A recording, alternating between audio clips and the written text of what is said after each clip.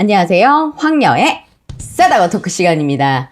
네, 오늘의 황녀 사연은요. 결혼 후 아이를 낳고 완전 다른 사람이 되어버린 남편과 이혼을 생각 중인 어느 한 여성분의 사연입니다. 사연 읽기 전에 구독과 좋아요, 많은 공유 부탁드릴게요. 저는 남편을 21살에 만나 연애를 시작하였고 남편은 일하던 직장에서 나와 저희 친정아버지 사업하는 곳에서 일을 하게 되었습니다. 남편은 일 끝나고 나면 본인 집으로 가는 것이 아닌 우리 집에서 자고 아침에 엄마가 해주는 밥을 먹고 일을 달며 우리는 동거 아닌 동거를 저희 집에서 했습니다.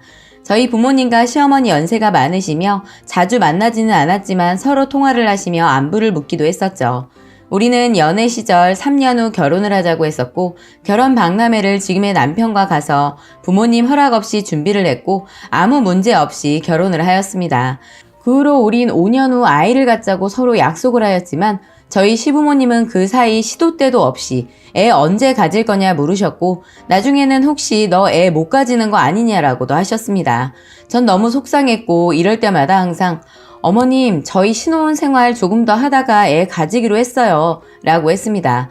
그 후에도 계속해서 얘기하셨고 나중에는 그럼 애 낳지 말아라는 소리까지 들었습니다. 저는 스트레스를 너무 받았고 속상해서 친정 엄마에게 말씀드렸고 엄마는 너무 기분이 나빠했습니다. 그래서 저희 남편 불러서 한 소리를 하셨고 남편은 아무 말 못하고 미안하다고 말씀을 드렸네요. 사실 저렇게 말씀하시는 시어머니 남편에게는 일절 아무 말 안 하시고 며느리인 저에게만 저런 말을 하셨어요. 그래서 아마 제가 더 속이 상했나 봅니다. 며느리가 동네 북도 아니고 저에게만 주구장창 말하시니 저도 답답한 마음에 엄마에게 말했네요. 아무튼 저희는 그 후로 아이를 갖기로 한 시점에서 피임을 하지 않았고 한 달도 되지 않아 임신이 되었습니다. 임신을 알게 된 것은 주말 저녁 남편과 회를 먹으러 갔는데 정말 끔찍하게 먹기가 싫었고 너무 비위가 상했습니다. 그리고 열도 좀 나기도 했고 직장에 출근하면 매일같이 잠이 쏟아졌어요. 그날 남편은 뭔가 이상하다고 했고 약국에서 테스트기를 사와 확인해봤는데 임신이 되었더라고요.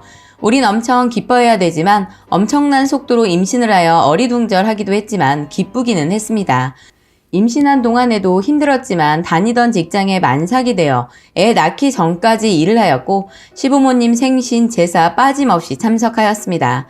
사실 제가 입덧이 너무 심했기 때문에 잔치국수 외에는 제대로 먹었던 것도 없고 먹고 싶은 것도 별로 없었어요. 그런데 임신하게 되면 간혹 가다가 갑자기 먹고 싶은 게 생길 때가 있잖아요. 저도 그런 게 일절 없었는데 갑자기 먹고 싶은 게 생겼어요. 저는 남편에게 자두가 먹고 싶다 사다 달라 했지만 남편은 지금 시기가 아닌데 어떻게 사오냐라고 했습니다. 저희 친정 오빠가 같이 있었는데 그거 백화점 가면 살 수 있다고 했지만 귀찮아서인지 절대 안 사오더라고요. 정말 서운했지만 그냥 넘어갔습니다. 예정일이 되어 딸을 출산하였고 저희 부부는 다른 첫 아이 낳은 부부들처럼 처음 아이를 낳았기 때문에 서로 아이에 대해 잘 몰랐죠. 한 달이 지나고 이제부터 지옥이 시작되었습니다.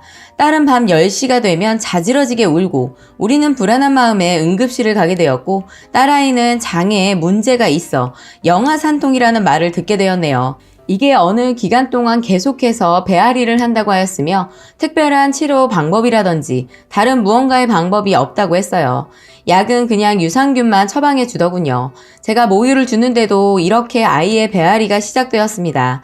그 후로 저는 잠과의 전쟁이 시작되었고 극심한 우울증까지 겹치기 시작하였죠. 남편은 일 끝나고 친구들 그리고 회사 동료와 술자리가 잦았고 저는 육아에 대한 스트레스로 너무나 힘이 들었고 딸아이가 걱정이 되어 새벽이면 응급실로 가기도 하고 젖병 또한 공기가 들어가지 않는 제품으로 사용을 하여도 소용이 없었습니다. 하루는 밖에 일이 있어 나가게 되었고 남편에게 아이를 맡겼지만 아이에게 패드로 하루 종일 틀어주었고 저는 정신 나갔냐고 하였습니다. 왜 이렇게 아이에 대한 관심도 없고 과거의 연애 시절과 같은 애정은 어디로 갔는지 너무나 답답하더군요. 그 후로 어느 날 사건이 터지게 되었고 어머님 생신날 큰형님 집에서 밥을 먹고 있었고 남편은 아파트 베란다에서 담배를 피웠죠. 남편은 제일 막내이고 나이도 가장 어린데 정말 개념이 없더라고요.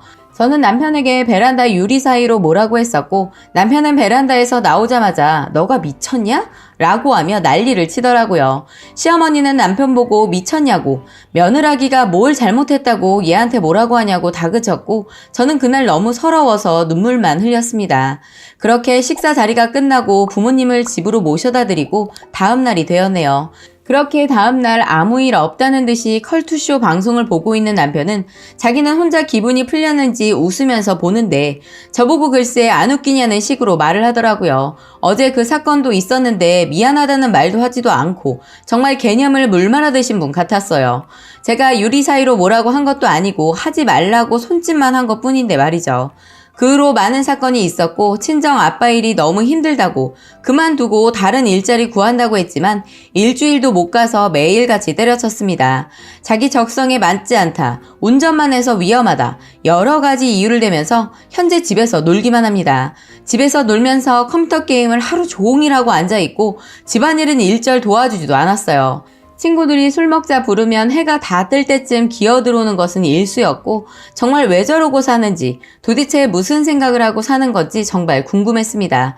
저는 그에 대해 뭐라고 한 적도 없었으며 제가 서로 친해지기 위해서 말을 해도 투명인간 취급을 하고 말도 안 하며 가버리는데 이게 한두 번도 아니고 정말 미치겠더라고요. 그 후로 아이가 4살이 되었고 저는 스트레스를 풀기 위해서 헬스를 다니기로 하였는데 어찌하다 보니 복싱까지 하게 되었습니다. 복싱을 2년 정도 하고 스피닝까지 다니게 되었으며 저는 강사 자격증까지 합격했습니다. 그동안 막혀있던 스트레스가 정말 운동이라는 것과 무대에서 내가 배운 스피닝을 가르친다는 것이 뿌듯하고 너무 좋았습니다. 하루는 스피닝 회식이 있었고 그 자리에서 술을 조금 먹었습니다. 남편은 시도 때도 없이 전화를 해서 너 언제 오냐? 미쳤냐? 라며 전화를 하였고 정말 너무 스트레스였습니다.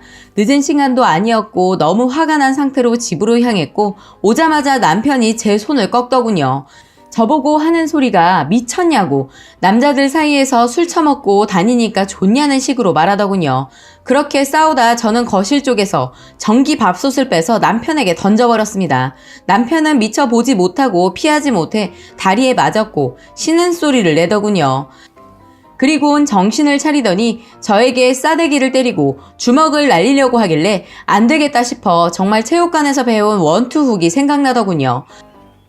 저는 날아오는 남편 손을 피해 원투 훅을 남편 옆구리를 향해 가격을 하였고 남편은 쓰러져 배를 움켜쥐고 있다가 잠시 뒤 다른 옆방으로 들어가서 나오지 않더군요. 그렇게 남편은 더 이상 저에게 싸우려 하지 않았습니다. 정신을 차렸나 싶기도 했습니다. 그렇지만 사이는 더욱 안 좋아졌고 서로 말도 하지 않았지만 불쌍한 딸아이 때문에 풀어야 했습니다.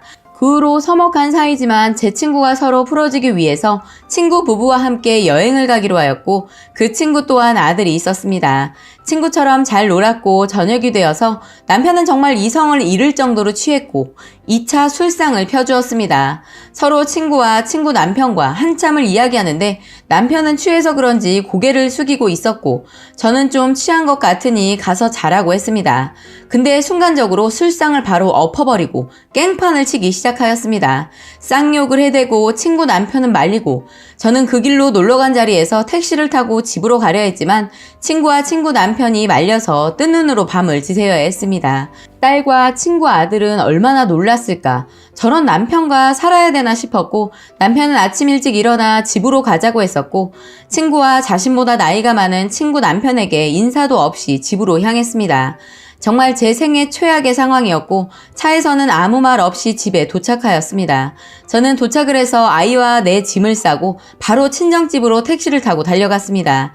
친정에 도착한 저는 멈춰지지 않는 눈물을 훔치며 지금까지 있었던 일들을 모두 말씀드렸고 남편은 뻔뻔하게 전화 한 통도 없더군요. 저는 이제 더 이상 못 살겠다고 친정엄마에게 말씀을 드리고 이혼하고 싶다고 말했습니다. 이혼을 못 해준다면 저는 별거라도 하고 싶은 심정이었죠. 친정엄마는 이렇게는 못 산다며 남편이 아닌 저희 시댁에 전화를 해서 아들을 어떻게 키웠길래 저 모양이냐며 둘이 이혼시킬 거니 알아서 하라고 했습니다. 저는 마음이 이미 돌아섰기 때문에 헤어져도 더 이상 미련도 없었고 남편을 다시 보는 것이 너무 끔찍했습니다. 시댁에서는 남편에게 연락이 갔고 친정 어머니 핸드폰으로 전화해서 전현이 바람 피고 다녔다고 하였고 더 이상 참지 못해 어머니는 이혼 절차를 알아보셨고 남편에게 이혼 통보를 하였습니다. 남편은 마음대로 하라는 입장이지만 자신의 딸에 대한 양육비는 절대 줄 수도 없고 현재 살고 있는 집에서 절대 하나도 줄 수 없다는 입장이네요. 법적 절차대로 할 생각이며 지금까지 해왔던 행동 뼈저리게 후회할 것이라고 생각해요. 지금은 남편과 떨어져 친정에 있으니 아이도 안정되고 마음도 편안합니다. 여러분들이 제 입장이라면 이혼이 아닌 같이 사실 수 있을까요? 라고 사연 보내주셨습니다. 오늘의 사연 여기까지였고요. 많은 공유와 여러분들의 생각이나 느낀 점이 있다면 댓글로 표현해 보시기 바랍니다. 지가 바람 폈네. 지가 바람 폈어. 개자식.